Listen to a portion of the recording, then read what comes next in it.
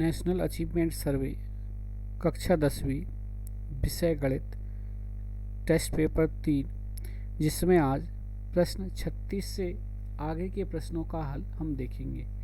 प्रश्न 36, नीचे दिए गए पैटर्न देखें। यदि यह पैटर्न जारी रहे तो निम्न में से कौन सा विकल्प पैटर्न का अगला चिन्ह होगा। यदि हम चित्र 1 से चित्र 2 को देखें तो चित्र 1 से 2 में आकृति क्लॉकवाइज घूमने के साथ ही त्रिभुज की एक आकृति बढ़ रही है।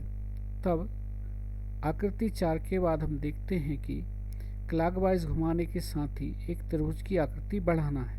तब इसका सही आंसर डी होगा। प्रश्न 37, अकबर ने एक त्योहार के लिए खंबे की अलग अलग रंग से पेंट किया। खंबे की कुल लंबाई W सेंटीमीटर थी। उसने खंबे की 1/3 लंबाई को लाल रंग से और बची लंबाई के 5वें हिस्से को हरे रंग से पेंट किया। उसने 3 सेंटीमीटर की बची लंबाई को सफ़ेद रंग से पेंट किया। निम्न में से कौन सा व्यंजक खंबे की लंबाई ज्ञात करने के लिए उपयोग किया जा सकता है। लाल रंग जो है खंबे की लंबाई का 1/3 अर्थात W/3 लाल रंग से पेंट किया जाएगा। शेष बची लंबाई जो है W - W/3, जिसे आगे हल करने पर हमें 2W/3 प्राप्त होगा। इस लंबाई का 1/5 हरे रंग से पेंट किया जाना है, तो इसका 1/5 होगा 1/5 गुणा 2W/3 अर्थात 2W/15। यह हरे रंग से पेंट किया जाना है तथा सफ़ेद रंग 3 सेंटीमीटर से पेंट किया जाना है।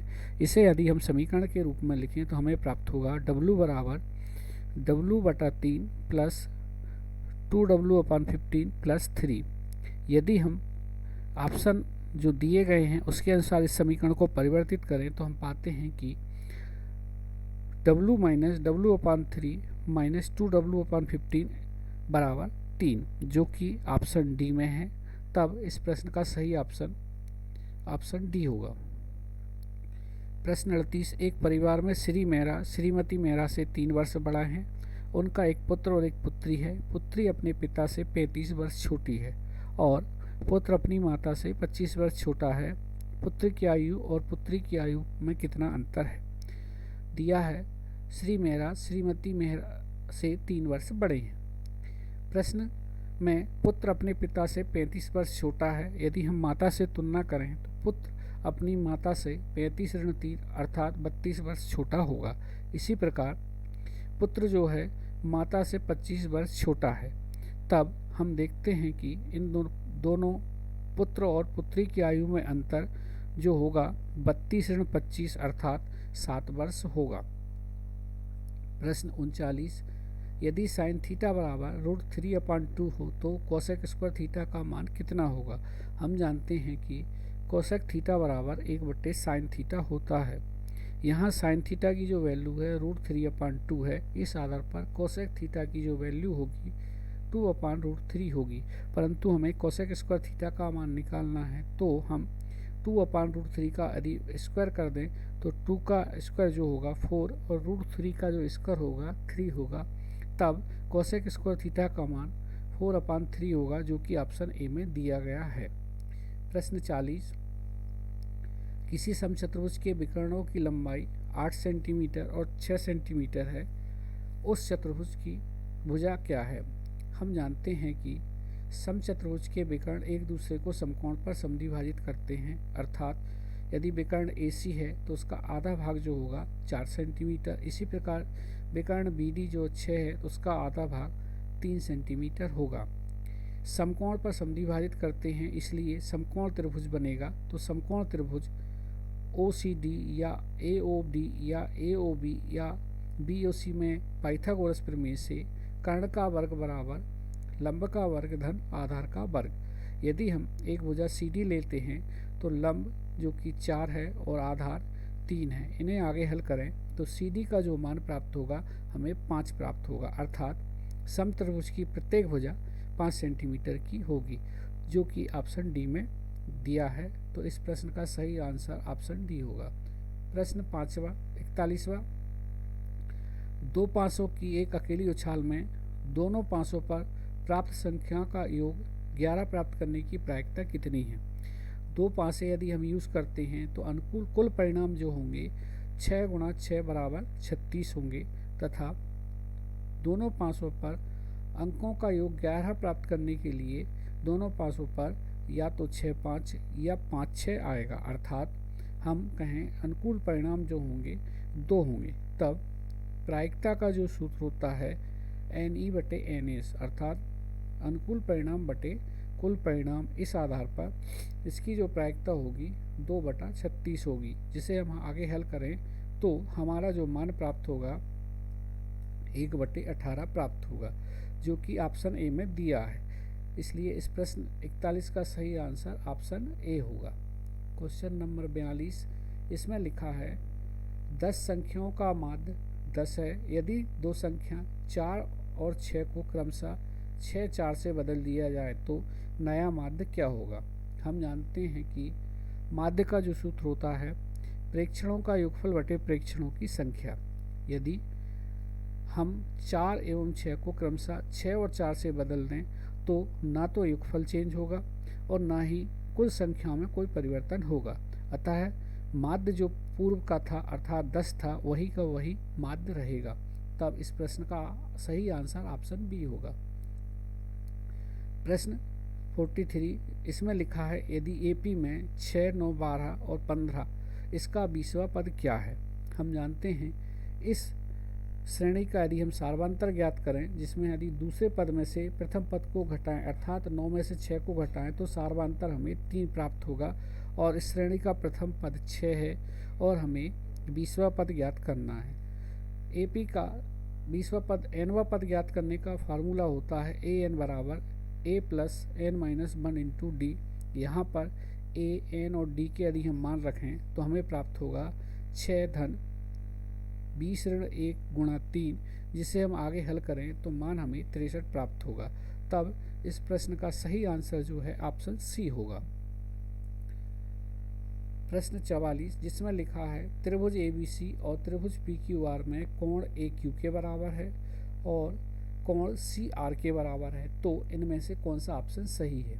हमें पता है त्रिभुज ABC और PQR में कोण AQ के बराबर है, CR के बराबर है, अर्थात कोण B जो है P के बराबर होगा, जिसे हम इस प्रकार लिख सकते हैं। यदि हमने A शीर्ष पे लिखा तो Q यहाँ शीर्ष पे लिखाएगा।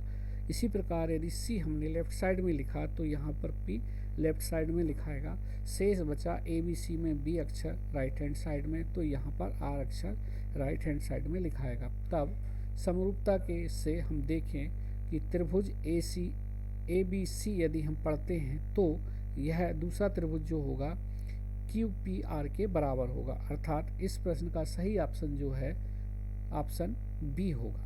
प्रश्न 45, जिसमें लिखा है त्रिभुज ABC और त्रिभुज PQR समरूप हैं तथा दिया है एरिया त्रिभुज ABC बटा एरिया त्रिभुज PQR बराबर 25/16 है तथा यदि BC के मान 15 है तो QR का मान कितना होगा। हमें दिया गया है कि दो त्रिभुज ABC और PQR समरूप हैं तो हम जानते हैं कि दो त्रिभुज यदि समरूप हों तो उनके क्षेत्रफल का जो अनुपात होता है संगत भुजाओं के वर्गों के अनुपात के बराबर होता है। अर्थात यदि हम लिखें एरिया ऑफ त्रिभुज ABC बटा एरिया ऑफ त्रिभुज PQR, जो कि BC का वर्ग बटे QR के वर्ग या AB का वर्ग बटे PQ का वर्ग या AC का वर्ग बटे PR का वर्ग लिख सकते हैं। यहाँ हम मान लेते हैं कि केवल BC का वर्ग बटे QR का मान निकालना है। इस आधार पर हमें पता है एरिया ऑफ त्रिभुज ABC अपान एरिया ऑफ त्रिभुज PQR का मान 25/16 है तथा BC का मान 15 है और QR का मान हमें ज्ञात करना है। यदि हम त्रियक गुणा करें तो QR स्क्वायर का जो मान आएगा 225 गुणा 16/25, जिसे हम आगे हल करें अर्थात 25 से 225 को काटें तो हमें QR का मान जो प्राप्त होगा QR स्क्वायर का जो मान प्राप्त होगा 144 प्राप्त होगा।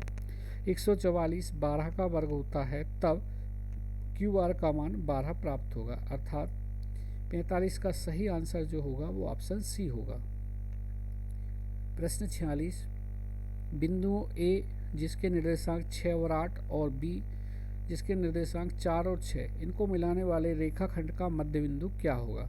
हम जानते हैं कि बिंदु x1/1 और x2/2 के मध्य बिंदु के जो निर्देशांक होते हैं, जिन्हें यदि हम x से निरूपित करें तो x बराबर x1 प्लस x2/2 और y बराबर y1 प्लस y2/2, इस आधार पर हम यदि x1/1 और x2/2 की वैल्यू रख दें तो x का जो मान आएगा 6-4/2 और y का मान जो आएगा 8-6/2, जिसे आगे हल करें तो x की जो वैल्यू है 5 और y की वैल्यू जो है वो 7 प्राप्त होगी। इस आधार पर जो मध्य बिंदु के निर्देशांक होंगे 5 और 7 होंगे, जो कि ऑप्शन ए में दिया गया है। इसलिए इस प्रश्न का सही आंसर ऑप्शन ए होगा। प्रश्न 47, एक आदमी पूर्व की ओर 15 मीटर जाता है, फिर उत्तर की ओर 20 मीटर जाता है। आदमी की प्रारंभ बिंदु से दूरी क्या होगी। यहाँ चित्र के माध्यम से कोई व्यक्ति ए बिंदु से चलना प्रारंभ करता है और बी पर पहुँचता है और बी से उत्तर की ओर 20 मीटर जाता है। इस प्रकार हमें एक समकोण त्रिभुज ABC प्राप्त हुआ। समकोण त्रिभुज में पाइथागोरस प्रमेय से कर्ण का वर्ग बराबर लंब का वर्ग धन आधार का वर्ग। हमें कर्ण AC का मान ज्ञात करना है। लंब और आधार के मान यदि हमने 20 और 15 मान लिए तो AC का वर्ग बराबर प्राप्त होगा 625। 625 को हम 25 का वर्ग कह सकते हैं, तब AC की जो वैल्यू होगी वो 25 होगी। अर्थात इस प्रश्न का जो सही आंसर होगा ऑप्शन सी होगा। प्रश्न 48, इसमें लिखा है किसी वृत्त के बाह्य बिंदु से खींची गई स्पर्श रेखाएं परस्पर होती हैं। हम जानते हैं कि किसी भी वृत्त के बाह्य बिंदु से खींची गई दो स्पर्श रेखाएं हमेशा बराबर होती हैं, अर्थात समान लंबाई की होती हैं। तब इस प्रश्न का सही आंसर ऑप्शन सी होगा। प्रश्न 49, किसी त्रिभुज की तीनों माध्यिकाओं के संगामी बिंदु को क्या कहते हैं। तो किसी त्रिभुज की तीनों माध्यिकाओं के संगामी बिंदु को हम केंद्रक कहते हैं। इसी प्रकार लंब समद्विभाजक जो खींचे जाते हैं उनके संगामी बिंदुओं के उनको परिकेंद्र कहते हैं। कोण के समद्विभाजक जहाँ पर मिलते हैं या संगामी होते हैं उनको अंतः केंद्र कहते हैं, और शीर्ष लंब के जो संगामी बिंदु होते हैं उनको लांबिक केंद्र कहते हैं। परंतु हमें यहाँ माध्यिकाओं का संगामी बिंदु ज्ञात करना है जो कि केंद्रक होता है, अर्थात ऑप्शन ए सही होगा। प्रश्न 50, एक शंकु की तिर्यक ऊंचाई 13 सेंटीमीटर तथा त्रिज्या 5 सेंटीमीटर है, तो इसकी ऊंचाई क्या होगी। हम जानते हैं कि शंकु में तिर्यक ऊंचाई का जो वर्ग है वो त्रिज्या का वर्ग धन ऊंचाई के वर्ग के बराबर होता है। इसमें हम तिर्यक ऊंचाई की जगह 13 और त्रिज्या की जगह 5 रख दें तो हम h का मान आसानी से ज्ञात कर सकते हैं।